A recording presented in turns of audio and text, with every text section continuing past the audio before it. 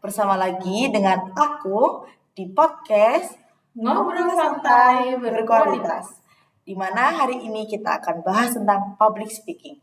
Padahal public speaking adalah hal yang sangat dibutuhkan oleh mahasiswa, oleh pelajar, oleh pekerja sekalipun. Tetapi banyak orang yang ngerasa ketika melakukan public speaking merasa tidak percaya diri, grogi, tahan gemetaran, dan bahkan keringat dingin. Dan kita hari ini udah bersama orang yang sangat profesional bersama dengan Kanisa. Halo Kanisa, gimana kabarnya nih? Halo semuanya. Alhamdulillah kabar baik ya. Senang banget bisa diundang di podcast kali ini. Kanisa nih sering banget jadi moderator, MC, jadi public speaking di tempat-tempat yang emang udah terkenal banget. Jadi bisalah Kanisa spill sedikit tutorial dan cara biar bisa mengontrol diri ketika di depan panggung. Oke, bisa banget. Oke, mau dari apa dulu nih kita ngobrolnya? Banyak ya triknya. Mungkin mau dari apa dulu gitu. Untuk pertanyaan yang pertama nih Kanisa, jadi tuh ada orang yang bertanya buat public speaking tuh menurut dia adalah bakat. Menurut Kanisa sendiri tuh bakat atau bukan nih? Oke, ini ya sebenarnya yang banyak salah artikan sama orang-orang itu adalah public speaking itu sebenarnya adalah bakat gitu. Padahal kan enggak. Kayak Kak Farah sendiri pasti merasakan public speaking itu sesuatu yang harus dilatih gitu. Dan semua tuh ada prosesnya gitu kan. Jadi nggak yang tiba-tiba langsung pede ngomong depan umum gitu.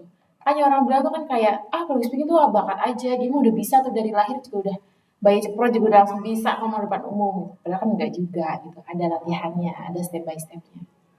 Baik, Kanisa nih mau profesional banget ini ya. Terus buat pertanyaan selanjutnya ada dari teman-teman yang nanya nih kalau misalnya dia nih introvert, tapi dia pengen ngembangin bakat public speaking itu. Itu menurut Kanisa gimana nih untuk langkah awalnya untuk membuka diri biar melupakan kalau misalnya dia itu introvert gitu? Oke, sebenarnya public speaking tuh bukan permasalahan aku introvert atau aku extrovert. Public speaking itu sebenarnya adalah sesuatu skill yang perlu dilatih lagi. Balik lagi ya tadi di perbincangan di awal, public speaking itu sesuatu yang harus dilatih gitu. Langkah awalnya apa? Ya kita harus percaya dulu sama diri kita sendiri gitu. Yang apa yang akan kita ucapkan di depan banyak orang, ya akan didengar orang saat itu aja. Mungkin orang bakal menertawakan, ini orang ngomongnya salah nih, ngomongnya pleset. Ya saat itu aja dia ngomong gitu loh. Dia bahas tuh saat itu aja. Ketika kita turun dari panggung, mungkin semenit, 2 menit, sehari, 2 hari masih di pembahasan. Setelah itu orang bakal lupa. Bakal fokus dengan hidupnya sendiri kan? Oke. Jawabannya mantap banget ya teman-teman. Kasih tepuk tangan dulu.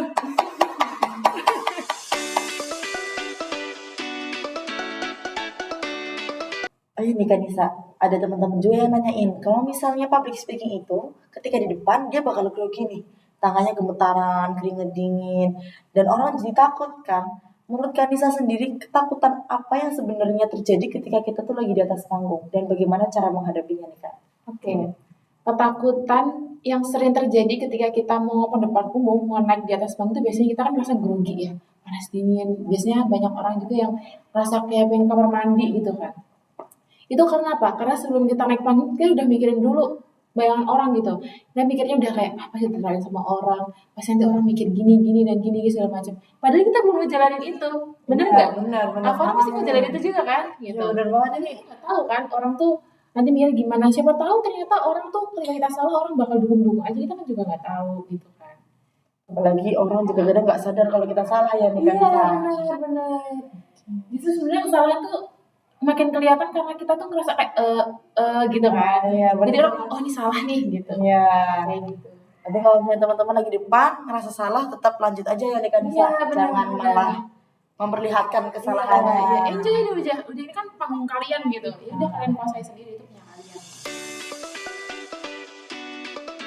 Terus kalau misalnya Kanisa kan kadang kalau ngomong di depan pernah nggak sih Kanisa merasa overthinking nih kayak kayaknya aku nggak bisa deh, kayaknya aku harus mending selesai aja, aku nggak usah jadi naik ke atas. Sama buat ngurangin grogi sebelum naik ke panggung tuh ada tips-tips gitu nggak Kak? Kayak misalnya mungkin kita ngomong ke diri sendiri dulu nih kalau misalnya aku mampu, atau kalau dari Kanisa sendiri nih sebagai orang yang sudah sering ngomong di depan umum, yang udah punya banyak pengalaman, gimana nih Kanisa? Oke. Tadi kalau kita overthinking ya, baik lagi itu kan overthinking itu kan sesuatu yang sebenarnya bisa kita kelola. Karena apa? Overthinking itu kan ada dalam diri kita sendiri ya, bukan dalam diri orang lain gitu. Jadi sesuatu yang dari dalam diri kita itu bisa kita kendalikan. Caranya gimana? Ya tadi sebelum kita naik ke atas panggung, udah buang semua pikiran-pikiran buruk, skenario buruk itu dibuang semuanya. Terus caranya gimana biar gak grogi? Latihan, sering-sering latihan. Semakin banyak kalian latihan, itu semakin banyak hasil yang bakal kalian tunjukin gitu. Ya bohong aja kalau misalnya kita pengennya publishingnya bagus tapi nggak pernah mau latihan. Bohong kan sama aja Benar, gitu. benar itu bohong Iya banget ya Kanisa. benar benar. Gimana bisa orang tiba-tiba langsung bisa jalan padahal dia belum pernah ngerangkak gitu loh. Kayak gitu ya harus sering-sering kayak ngomong sama diri sendiri gitu. Misal setiap hari latihan ngomong depan kaca. Lihat nih kita depan kaca tuh kayak gini ekspresi kita tuh gimana sih kalau kita lagi ngomong gitu. Kira-kira tuh ini loh yang bakal orang lain lihat gitu. Kalau misalnya aku nggak percaya diri di depan umum, ya ini yang bakal orang lihat kayak takut banget nah, kayak gitu. Intinya percaya aja sama diri sendiri. Kalau salah udah lanjut terus aja gitu. Karena orang nggak akan terlalu pikirin juga. Itu sih. Kanisa ini emang profesional banget teman-teman. Kanisa, kadang kan ada nih orang yang emang benar-benar mulai dari nol. Dia nggak punya pengalaman sama sekali, dia nggak ada pendidikan pas sekolahnya. Karena kan kita sekolah cuma duduk masuk kelas kan. Iya. Jadi nggak ada riwayat untuk ngomong di depan umum. Nah, menurut Kanisa nih, tips-tips apa untuk memulai dari nol supaya dia bisa public speaking dengan baik dan benar? Oke. Rasanya adalah karena banyak siswa itu nggak diajarin di sekolah ya. Tapi sebenarnya kalau di sekolah itu terselip kayak misal ada tugas, disuruh maju ke depan, suruh jelasin ke teman-temannya itu juga masuk ke dalam skill public speaking. Sebenarnya guru tuh melatih dari situ kan. Terus gimana cara kita latihan dari nol gitu ya? Pertama tadi teman-teman bisa mulai terapin setiap hari itu 5 menit aja. Jadi ada metode namanya 5 menit per hari. Nah, di sini itu teman-teman setiap hari bisa latihan kayak ngomong depan kaca di 5 menit itu. Terus teman-teman kayak belajar cara mengendalikan ekspresi teman-teman, cara mengendalikan moodnya teman-teman ketika harus tampil di depan umum. Dan juga ada dua metode. Yang pertama adalah latihan artikulasi yang kayak A, I, U, E, O. Itu biar apa? Biar kalau kita ngomong itu jelas. Enggak yang kayak, misal kayak mau ngomong nih sama Kak Farah nih, misal mau ngomong, Kak, jadi polisi itu gini kan. Gak akan jelas orang dengar gitu loh. Ya harus ngomong kayak, jadi public speaking tuh kayak gini loh teman-teman gitu. Jadi orang tuh mendengar tuh lebih enak gitu, nggak yang kayak orang zikir gitu. Terus ada lagi adalah tongue twister. Nah itu di situ tuh latihan kayak gitu. Jadi di situ tuh biar apa? Biar lidahnya tuh nggak kebiasaan belibet. Meskipun aku masih kadang-kadang masih belibet ya teman-teman. Cuma dari latihan tuh bisa apa ya? Setiap harinya bisa bikin kita buat upgrade gitu loh. Jadi tiap hari tuh harus latihan, harus latihan. Jangan ngerasa teman-teman paling bisa gitu. Jadi tiap hari tetap ada latihan, ada latihan, ada latihan terus gitu. Misalnya teman-teman bilang kayak ular melingkar di atas pagar bundar gitu. Itu kan kayak di sini kan dilatih ya di lidah itu. Jadi kayak ular gitu di sini dilatih kayak gitu. Terus kayak kita tuh kalau ngomong depan cermin, kita tuh jadi lebih pede gitu loh. Karena oh iya nih oke nih, aku depan sini oke banget nih aku ngomongnya kayak gitu. Kayak gitu sih Kak Farah.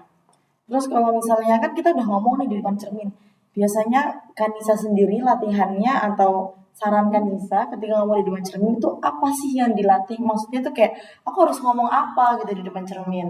Iya, paham. Biasanya karena kalau lagi awal belajar tuh biasanya bingung ya mau ngomong apa ya. Iya. Jadi orang yang katanya introvert tuh ya, aduh ngomong apa ya? Ngeliat muka dia Bener tuh banget grogi nih, kan bener gitu. banget. Nah kalau misalnya mau latihan tuh bisa aja sih teman-teman kayak misal teman-teman kalau tahu ada in my life kayak kayak di TikTok gitu, itu kan kayak dia kan menceritakan tentang kesehariannya kan. Teman bisa kayak gitu. Di depan cermin nih kayak, "Halo, jadi hari ini kegiatan aku ini kayak gini bla bla bla bla," gitu. Itu bisa ceritain di situ atau mungkin kayak misal cerita, tadi hari ini aku ini tahu di kelas ada pelajaran kayak gini-gini kayak gitu." Nah, itu bisa. Jadi teman-teman bisa menceritakan apapun itu senyaman teman-teman. Yang penting bisa buat melatih gitu. Jadi bisa kayak, oh iya aku mikir kayak gini nih, itu tuh fungsinya buat apa? Biar antara pikiran sama mulut teman-teman tuh bisa sinkron. Apa yang ada di pikiran itu bisa diomongin gitu. Jadi nggak yang kan ada ya orang yang pikirnya tapi aduh ngomong apa ya bingung nih. Iya, nggak bisa menyampaikan kata-katanya dengan baik Iya, gitu ya. iya benar-benar. Nah, itu biar sinkron aja pikiran sama mulutnya kayak gitu. Jadi kan kalau misalnya pemula itu kan biasanya kan mereka sering melakukan kesalahan kan. Nah, biasanya kesalahan apa aja sih yang dilakukan sama pemula dan gimana cara biar pemula itu tuh nggak melakukan kesalahan gitu kan Nisa? Ada nggak kan Nisa saran atau lain sebagainya gitu buat teman-teman yang ribuan orang di sana? Ya, gitu aja kan Nisa. Oke. Jadi ini dulu ya, yang perlu digaris bawahi adalah skill public speaking itu nggak yang harus teman-teman harus serba sempurna gitu. Kesalahan itu hal yang wajar kok teman-teman. Jadi kayak misal teman-teman mau seprofesional apapun seorang public speaker, dia pasti tetap di kerjanya itu tetap ngelakuin kesalahan gitu. Kesalahan entah kesalahan ngomong, entah artikulasi nggak ada mungkin gak jelas gitu. Itu pasti tetap pasti ada gitu. Cuman biasanya kesalahan pemula itu adalah kadang-kadang dia tuh hafalan terlalu kaku. Jadi kita ketika dia latihan tuh kayak gini, itu kan terlalu kaku ya kayak gitu. Terus biasanya tuh ngomongnya terlalu cepet kayak Karena gitu. grogi gitu ya Kak. Iya Jadi benar. wah nge-rap udah Iya parah jadi banget kayak gitu. kayak aduh cepet kan ngomong deh daripada ini dipikir nanti hilang gitu. Udah ngomong terus gitu. Padahal kadang tuh kita kalau mau cepet kan audiens gak tahu kita ngomong apa ya. Iya, bener banget susah memahami yang disampaikan gitu kan Nah, Kak. iya benar benar banget makanya harus pelan-pelan aja gitu. Biar yang penting nggak perlu buru-buru teman-teman. Jadi biar yang mendengarkan pun juga enak gitu bisa memahami apa yang kita omongin kayak gitu. Mereka bisa sendiri nih selama menjalani ada di atas panggung, selama public speaking, selama menjadi MC, moderator dan lain sebagainya dengan banyak pengalaman itu pernah nggak sih kan bisa ada di posisi gagal dan merasa aku ternyata buruk banget dalam hal public speaking itu. Pernah nggak kan Nisa nih? Pernah dong, pasti pasti pernah. Eh ini gini teman-teman, aku tuh sebenarnya adalah bukan orang yang ekstrovert. Jadi aku tuh bener-bener yang awalnya dulu tuh aku orang yang takut buat ngomong di depan umum. Kayak bener-bener yang mau ngomong di depan umum ketemu orang banyak aja takut gitu. Cuman dulu itu kesalahan yang aku tuh bener-bener yang fatal tuh adalah ketika aku dulu pertama kali jadi moderator. Waktu itu aku masih SMP, aku inget banget kelas 9 jadi moderator sebuah acara. Terus di situ aku tuh ngelakuin kesalahan gitu. Aku tuh grogi, aku tuh diem. Tapi aku mikir kan kayak kalau aku cuma berhenti kayak gini doang, aku nggak bisa lanjutin acara. Sedangkan aku di situ adalah sebagai pemandu acaranya, Ya, iya bener kan? banget. Di situ aku cuma bilang kayak gini, maaf ya teman-teman, saya ngerasa gugup nih gitu. Dan ternyata setelah dari situ ternyata respon mereka tuh bagus gitu loh. Aku kira itu bakal kayak diketawain gitu, ternyata enggak gitu. Jadi skenario buruk yang aku pikirin sebelumnya itu ternyata nggak kejadian gitu loh. Ternyata cuma pikiran Iya sendiri aja, benar OVT benar sendiri. benar benar. Cuma pikiran buruk aja ternyata kayak gitu. Padahal mereka aslinya ngedukung aku aja kayak, ya udah oke nggak apa-apa gitu. Kayak gitu. Terus buat Kanisa sendiri, menurut Kanisa nih public speaking cuma dipakai buat MC doang atau enggak? Karena banyak banget orang atau banyak banget orang yang merasa public speaking itu enggak penting. Ya enggak teman-teman semua? Karena kadang mereka berpikir kayak, oh cuma buat MC doang, oh cuma buat moderator doang. Yang menurut mereka itu bukan hal yang penting-penting banget gitu loh. Padahal menurut Kanisa sendiri ini penting nggak dan kepake nggak buat masa depan nanti? Oke oke oke. Sebelum aku jawab mungkin mana dulu nih orang yang bilang kalau public speaking itu nggak penting gitu. Oh itu tuh kak yang pakai baju merah itu. Oke. Yang itu ya. Oke. Oke. Mungkin gini. Kak Farah di sini sebagai pemandu podcast kali ini ya. Menurut Kak Farah penting nggak untuk public speaking itu? Kalau menurut dari aku nih kak, penting banget. Karena kalau misalnya kita nggak punya public speaking, kita nggak bakal bisa ngomong di depan banyak orang. Kita nggak bakal bisa menjelaskan berbagai hal yang emang menurut kita harus dijelaskan gitu kak. Ya benar banget benar banget. Jadi sebenarnya public speaking itu bukan cuma soal kita nanti bicara di depan banyak orang di atas panggung gitu enggak ya. Tapi tuh public speaking tuh kayak misalnya nih kita lagi jalan nih atau misalnya kita lagi traveling nih solo traveling itu kan juga butuh ya public speaking. Skill public speaking tuh butuhin banget. Kita lagi presentasi di kelas butuh juga skill public speaking.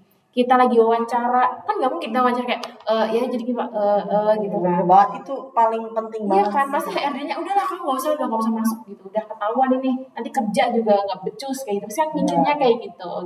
Jadi mungkin public speaking mungkin buat teman-teman terlihat kayak sepele gitu, karena teman-teman nggak jadi MC, nggak jadi moderator, padahal itu aslinya tuh penting gitu loh dalam kehidupan sehari-hari kayak gitu.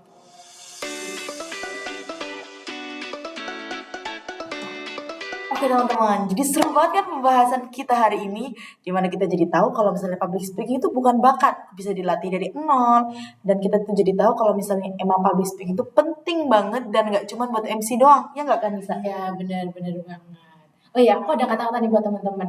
Ya, Teman-teman, apalagi teman-teman yang belum belum percaya diri nih ya. apalagi baju merah yang itu kan Iya Kak. benar, yang tadi bilang katanya public speaking gak penting gitu. Dengerin ya kak ya. Oke, jadi sebenarnya itu ya, jangan tunggu percaya diri untuk teman-teman mulai. Tapi percaya diri itu akan datang ketika teman-teman udah pernah mencoba gitu. Jadi teman-teman coba dulu aja, nanti teman-teman bakal percaya diri itu bakal melekat sama teman-teman gitu. Gitu sih kak. Bagus banget nih kata-katanya. Jadi teman-teman tolong diingat-ingat baik-baik ya, biar kalian nggak lupa dan biar kalian merasa percaya diri kalau misalnya emang public speaking tuh harus dicoba dan dilatih terus-menerus. Mungkin cukup sekian podcast kita hari ini. Jangan bosan sama kita dan tunggu podcast selanjutnya. Oke, dadah.